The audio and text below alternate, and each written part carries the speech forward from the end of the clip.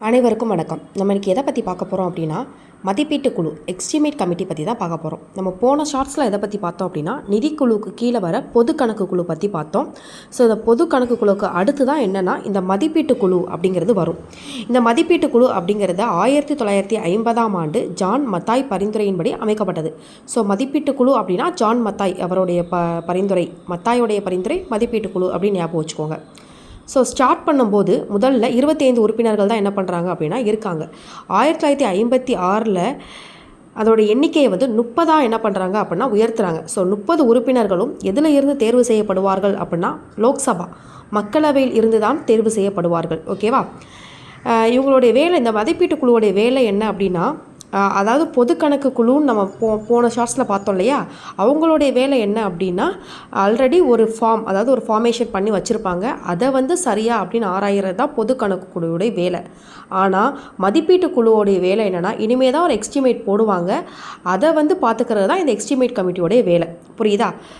இனிமேல் ஒரு ஃபார்மேஷன் போட்டு அதை சரியாக தப்பா அப்படிங்கிறத ஆராயிறதுக்கான ஒரு குழு தான் இந்த எஸ்டிமேட் குழு.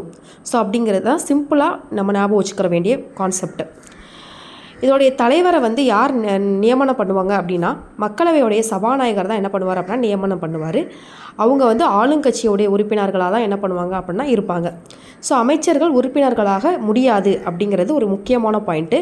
இவங்களுடைய தேர்தல் அப்படிங்கிறது ஒற்றை மாற்று வாக்கு விகிதாச்சார பிரதிநிதித்துவத்தின்படி தேர்வு செய்யப்படுவார்கள். ஓகேவா?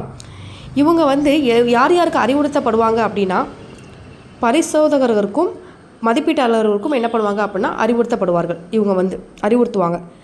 இவங்களுடைய மேற்கொண்ட பணிகள் அப்படிங்கிறது எது அப்படின்னா, எதுக்கெல்லாம் பொறுப்பானவங்க அப்படின்னா, பொருளாதார சார்ந்த கொள்கைகளுக்கும் மாற்று கொள்கைகள், நிர்வாக சீர்திருத்தங்கள், மதிப்பீட்டு ஆய்வில் உள்ள வெவ்வேறு திட்டத்திற்காக மாநிலத்திற்கு உள்ளும் வெளியும் பயணம் மேற்கொள்வது போன்ற விஷயங்களில் பரிந்துரை அளிப்பது ஆகியவை இக்குழுவின் முக்கியமான பொறுப்புகளாகும்.